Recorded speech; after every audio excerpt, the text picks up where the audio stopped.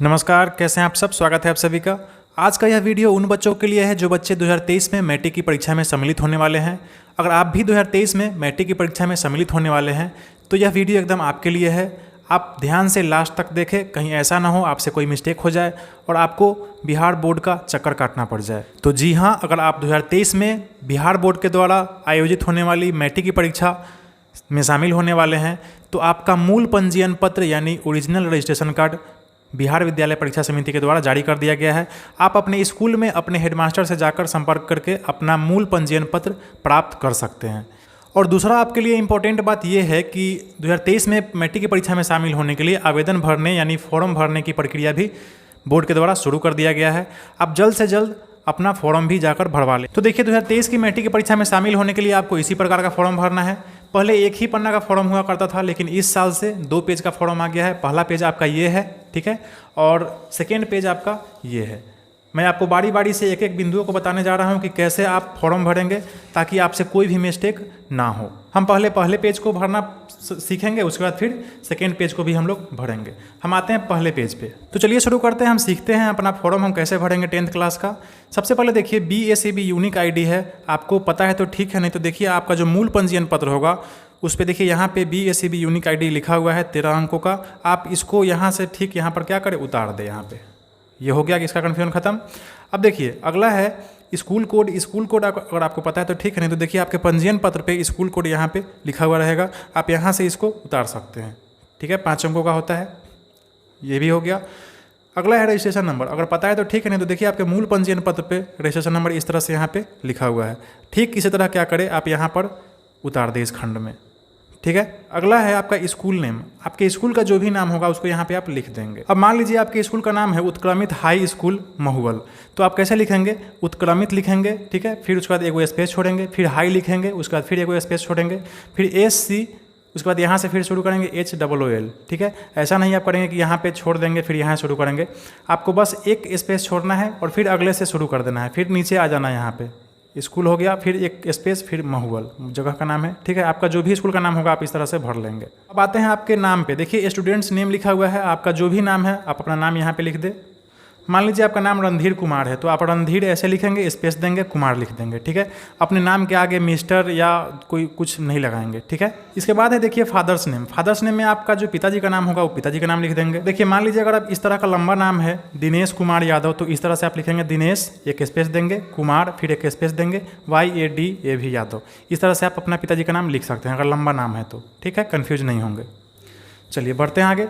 देखिए यहाँ पे बगल में लिखा हुआ है कलर फोटोग्राफ। आपको क्या करना है, यहाँ पे एक फ़ोटो चिपका देना है, ठीक है। फोटो चिपकाने के बाद यहाँ पे नीचे आपको सिग्नेचर कर लेना है, फुल सिग्नेचर, ठीक है। फुल सिग्नेचर आप कैसे करेंगे, जैसे मान लीजिए आपका नाम रणधीर कुमार है और आप अपना सिग्नेचर ऐसे करते हैं। आप जिसमें भी, हिंदी में भी कर सकते हैं, इंग्लिश में भी करते हैं, जैसे करना हो आप वैसे कर सकते हैं। तो आप क्या करेंगे, इस तरह से सिग्नेचर कर लेंगे। ध्यान रखेंगे कि सिग्नेचर जो है यह इस खंड के अंदर में होना चाहिए, क्योंकि देखिए ये स्कैन होता है। अगर आप स्कैन करने में अगर आप खंड से बाहर निकाल देंगे इधर या उधर तो स्कैन अच्छे से यह नहीं हो पाएगा, ठीक है। आप कोशिश करेंगे इस खंड के अंदर ही आपका सिग्नेचर रहे, ठीक है, और इस खंड के अंदर ही आपका फोटो रहे, ठीक। इसके बाद देखिए यहाँ पे जेंडर है। अगर आप लड़का हैं तो मेल सेलेक्ट करेंगे, अगर आप लड़की है तो फीमेल सेलेक्ट करेंगे, ठीक है। अगर ट्रांसजेंडर है तो ट्रांसजेंडर सेलेक्ट करेंगे, ठीक है। वैसे लड़की फीमेल और लड़का मेल, ठीक है। रेड पेन से नहीं भरेंगे, मैं मुझसे भरा गया है। अब चलिए आगे। अगला है कास्ट कैटेगरी। आप किस जाति के हैं उसका कैटेगरी होगा। आप अपना कैटेगरी यहाँ पे सिलेक्ट कर लेंगे। आप जनरल है तो general, EBC, BC, SC, ST जिसमें होंगे क्या करेंगे, इसको सिलेक्ट कर लेंगे। अगर आपको पता है तो ठीक है, नहीं तो आप अपने घर में किसी बड़े गार्जियन से पूछ लेंगे जो पढ़े लिखे होंगे, या फिर आप अपने स्कूल में भी टीचर से पूछ सकते हैं कि मैं फलाना जाति का हूँ, मैं किस कैटेगरी में आऊँगा, आपको बता देंगे वो, ठीक है। देखिए अगर आप EBC या SC ST के होंगे, EBC SC या ST के, तो आपको 100 रुपया चार्ज भी कम लगेगा, ठीक है। ये बात आप ध्यान में रखेंगे। चलिए चलते हैं आगे। अगला है डिफरेंटली एबल्ड। अगर आप दिव्यांग है किसी अंग से या कोई अंग आपका शरीर का विकलांग है तो आप यहाँ पे यस करेंगे, ठीक है। अगर आप विकलांग नहीं है तो यहाँ नो करेंगे, ठीक। अब जैसे मान लीजिए आपका आपकी शरीर के किसी अंग से विकलांग है तो आप यहाँ पे यस पे टिक करेंगे और यहाँ पे लिखेंगे कि किस अंग से विकलांग है, हैंड, हाथ से या पैर से, जिस भी अंग से विकलांग होंगे यहाँ पे लिख देंगे। और 9वां नंबर जो बिंदु है वह विजुअली इम्पेयर्ड के लिए है। अगर आप विकलांग हैं, आप यहाँ यस में टिक लगाए हुए हैं, और अगर आँख से आप विकलांग है यानी आँख से आपको नहीं दिखता है, वो यहाँ पे सिलेक्ट कर लेंगे यस। ठीक है, अगर आप दिव्यांग है और आँख से दिव्यांग है तो आप यहाँ पे यस करेंगे। अगर आप पैर से या हाथ से किसी दूसरे अंग से विकलांग है तो यहाँ पे नो कर देंगे। ठीक है, चलिए यहाँ पे आपको अपना मोबाइल नंबर डाल देना है। मोबाइल नंबर 10 अंकों का जो भी होगा यहाँ डाल देंगे। ठीक है, कंपलसरी है, या नहीं डालेंगे तो आपका फॉर्म नहीं डाला पाएगा। देखिए यहाँ ईमेल आईडी आपको डालना है। ईमेल आईडी जो भी हो आप यहाँ पे डाल ले, अगर आपके पास नहीं है तो बनवा ले। देखिए ये ईमेल आईडी भी कंपलसरी है। ठीक है, बिना इसके आपका फॉर्म नहीं डाला सकता है।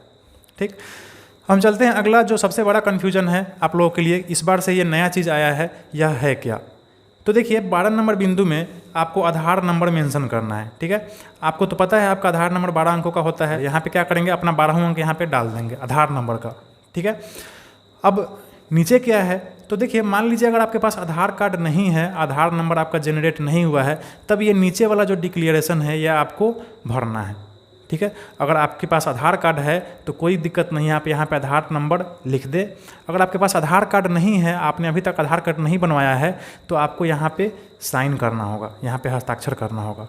ठीक है, आपको डिक्लेयर करना होगा कि आपने अभी तक आधार नहीं बनवाया है। ठीक है, तो अगर आपके पास आधार है तो यहाँ पे आधार नंबर लिख दे। अगर आधार आपके पास नहीं है, नहीं बना है अभी तक, तब आपको क्या करना है, इसको छोड़ देना है और यहाँ पे आपको सिग्नेचर करना है अपना। तो यहाँ पे आपका ये जो फर्स्ट पेज है ये ख़त्म हो जा रहा है कैसे भरना है। ठीक है, अब हम चलते हैं सेकेंड पेज पे। देखिए सेकेंड पेज को हम कैसे भरेंगे। अब चलिए अगला नंबर आपका कैटेगरी है स्टूडेंट कैटेगरी। कौन सा कैटेगरी में है आप अगर आप 2021 में नाम लिखवाए होंगे 9th में, तो आपका रेगुलर बैच है, आप 2023 में एग्जाम दे रहे हैं तो आप यहाँ रेगुलर सेलेक्ट करेंगे। ठीक है, आप स्वतंत्र कोटि के हैं तो प्राइवेट सेलेक्ट करेंगे। आप 2022 में या 2021 में पिछले साल आप परीक्षा देने वाले थे मैट्रिक का, लेकिन किसी कारणवश नहीं दे पाए और इस साल देना चाह रहे हैं तो आप एक्स में टिक करेंगे। ठीक है, बेटरमेंट का मतलब होता है आप पिछले साल पास हो चुके हैं लेकिन आपको और ज़्यादा अंक पाने का इच्छा है अपने मैट्रिक में, तो आप बेटरमेंट का फॉर्म भी भर सकते हैं, यहाँ पे टिक कर सकते हैं।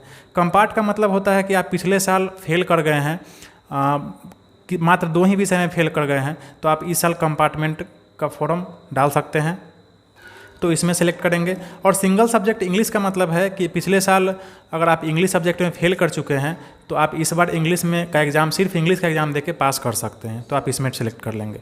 ठीक है, ये हो गया।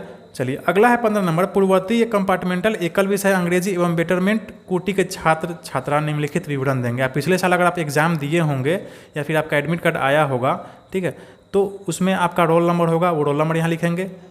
ठीक है, ये रोल कोड होगा, रोल कोड यहाँ पे लिखेंगे। ठीक, रोल नंबर होगा कुछ, आप अपना रोल नंबर लिखेंगे यहाँ पे, आपके एडमिट कार्ड पे होगा। फिर उसके बाद प्रीवियस एग्जाम ईयर यानी पिछले साल आप एग्जाम दिए थे 2022 में या 2021 में, आप इसको यहाँ पे लिख देंगे। अगर पिछले साल 2022 में दिए थे 2022 लिखेंगे, अगर 2021 वाले आप स्टूडेंट है तो यहाँ पे 2021 लिखेंगे। ठीक है, चलिए अगला जो बिंदु है 16 नंबर, इसमें आपको अपना सब्जेक्ट का विवरण देना है। पहला है देखिए MIL और दूसरा है SIL। MIL में आपको वही सिलेक्ट करना है जो आपने पंजीयन, आपके पंजीयन पत्र पर है, आपने जो पंजीयन भरते समय, रजिस्ट्रेशन करवाते समय जो आपने सेलेक्ट किया था विषय, वही आपको यहाँ पे डालना होगा। कि अगर आपने हिंदी डाला होगा तो आपको संस्कृत लेना पड़ेगा SIL में, अगर आपका MIL उर्दू होगा तो आपको NLH लेना होगा, नॉन हिंदी लेना होगा। ठीक है, वैसे आप अपने पंजीयन पत्र के यहाँ पे देख सकते हैं, आप यहाँ जो MIL लिए हैं वही यहाँ पे डालेंगे और यहाँ जो SIL होगा वही आप यहाँ पे डालेंगे SIL। ठीक है, चलिए तीसरा नंबर है कंपलसरी सब्जेक्ट। मैथ सबको लेना है, सबको टिक करना है, साइंस सबको टिक करना है, सोशल साइंस सबको टिक करना है और इंग्लिश सबको टिक करना है, क्योंकि ये सबको लेना है। ठीक है, इसको आप नहीं छोड़ सकते हैं। अगला है ये जो खंड है ये विजुअली इम्पेयर्ड के लिए, यानी जो आँख से जिनको नहीं दिखता है, ठीक है, उनके लिए है। वो उनको मैथ के बदले होम साइंस पढ़ना है। ठीक है, तो वो यहाँ पे सेलेक्ट करेंगे और साइंस के बदले उनको म्यूजिक पढ़ना है, वो यहाँ पे सेलेक्ट कर लेंगे। ये सिर्फ आँख से दिव्यांगों के लिए है।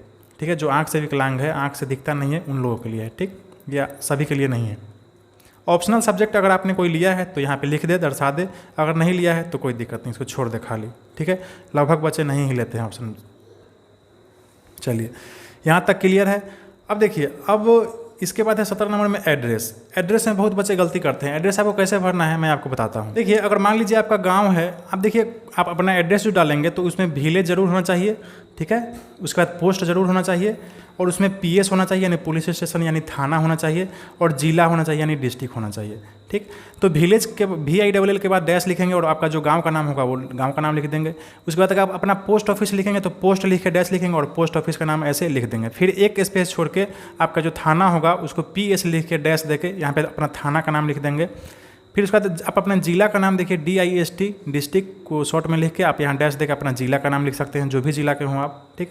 उसके बाद स्टेट एक स्पेस छोड़ के फिर स्टेट डैश देके आप अपना स्टेट राज्य का नाम लिख सकते हैं। अगर आप बिहार के हैं तो बिहार लिख सकते हैं, ठीक है। इस तरह से आप एड्रेस लिखेंगे। आपके एड्रेस में विलेज होना चाहिए, पोस्ट होना चाहिए, थाना होना चाहिए, PS और डिस्ट्रिक्ट होना चाहिए, ठीक है। ये जरूर होना चाहिए।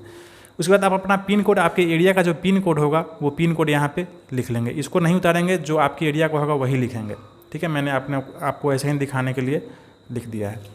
चलिए यहाँ पे आपका आवेदन यहाँ पे ख़त्म हो रहा है, एकदम ऐसे ही भर लेना है। अब देखिए यहाँ पे आपको क्या करना है, हिंदी में साइन करना है और यहाँ पे इंग्लिश में साइन करना है।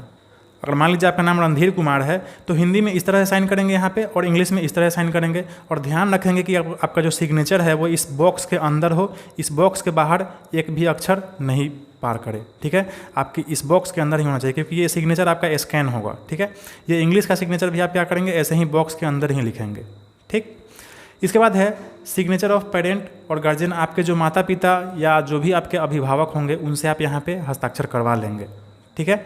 और यहाँ हेडमास्टर का साइन होगा, मुहर होगा, ये आपको करना नहीं है। आप जब देंगे हेडमास्टर को तो वो हेडमास्टर यहाँ पे साइन कर देंगे और मुहर मार देंगे, वो खुद कर लेंगे इसको, ठीक है। तो इस तरह से आप क्या करेंगे, दोनों पेज को अच्छे से भर लेंगे, इसको स्टेपल कर लेंगे यहाँ पे स्टेपलर से, ठीक है। और इस तरह का दो आप फॉर्म तैयार करेंगे, ठीक है। एक फॉर्म नहीं, देखिए ये आपका एक फॉर्म हुआ, ठीक है। ये दोनों पेज मिला के एक फॉर्म हुआ। इस तरह का क्या करना है, आपको 2 फॉर्म भरना है और दोनों फॉर्म ले जाके स्कूल में जमा करना है, ठीक है। एक फॉर्म स्कूल में जमा हो जाएगा और एक फॉर्म आपके हेडमास्टर साहब क्या करेंगे, यहाँ पे सिग्नेचर और सील मोहर करके आपको वापस लौटा देंगे प्रूफ के रूप में, ठीक है। ये आपके लिए प्रूफ रहेगा कि आपने फॉर्म भरा है, ठीक है।